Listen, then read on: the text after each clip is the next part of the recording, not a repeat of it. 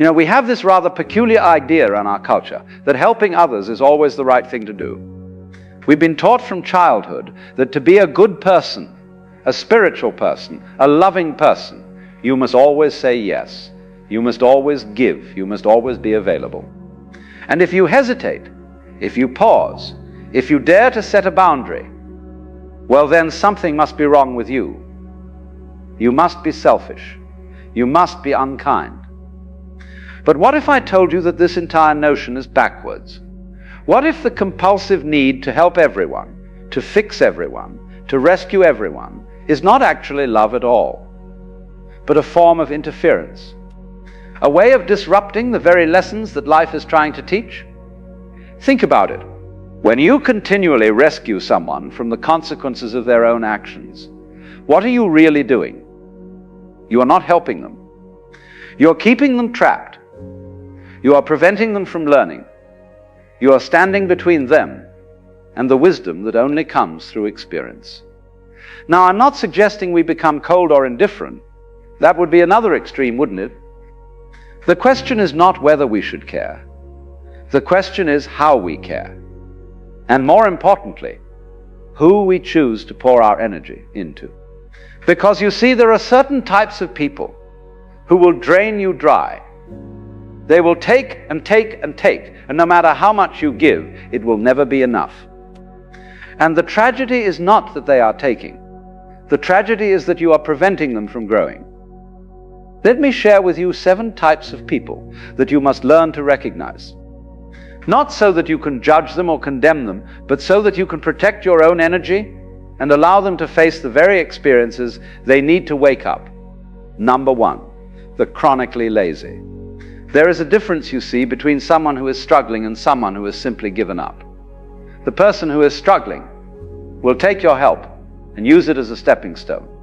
But the chronically lazy person, they will use your help as a hammock. They have made a decision, whether consciously or not, that life is too difficult and someone else should carry their weight. And the moment you step in to help them, you become that someone else. You become the person they depend on. Not because they cannot do things themselves, but because they have discovered that someone will always do it for them.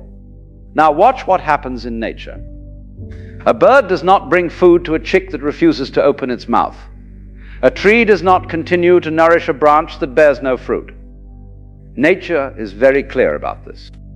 If something is not producing, if something is not contributing, it is eventually cut off, not out of cruelty, but out of wisdom. The chronically lazy person will always have an excuse. They will tell you about their difficult childhood, their bad luck, their unfair circumstances.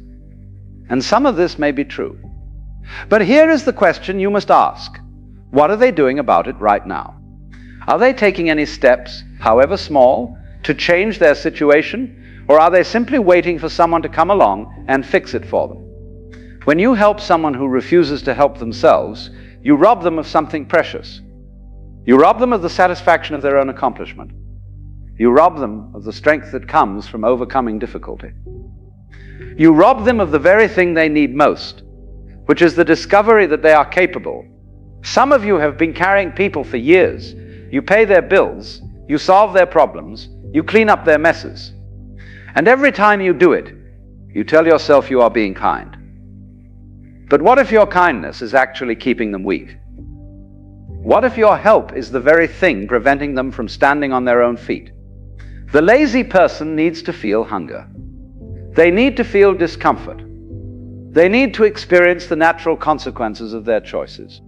Because it is only when the pain of staying the same becomes greater than the pain of change that they will finally move. Number 2, the perpetually ungrateful. Have you ever noticed that some people can receive an extraordinary gift and treat it as if it were nothing? You could give them your time, your money, your energy, your very heart, and they will take it without a second thought. No thank you, no acknowledgement, no appreciation whatsoever. This is not an accident. This is a character issue. Gratitude is not just good manners. Gratitude is the sign of a person who recognizes they are part of something larger than themselves. A grateful person understands that every blessing, every gift, every kindness is not owed to them, but given freely. And when you understand this, you treat gifts with reverence. But the ungrateful person? They believe the world owes them. They believe your help is their right. And the more you give to them, the more entitled they become. It's a strange paradox, isn't it?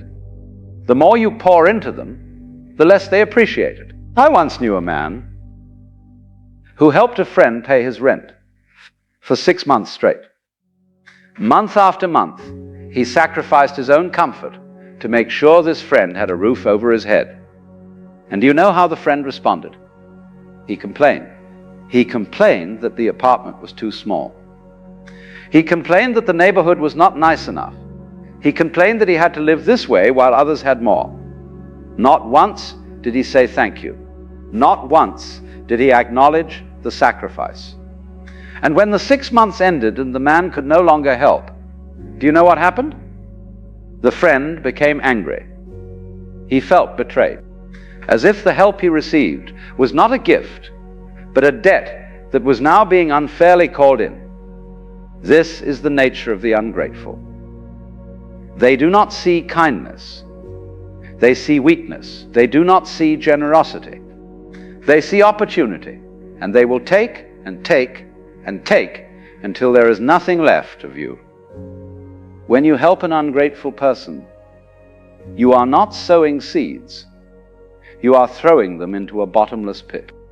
And no matter how much you throw, the pit will never be filled. Number 3, the arrogant and self-righteous. There are people who do not want your help.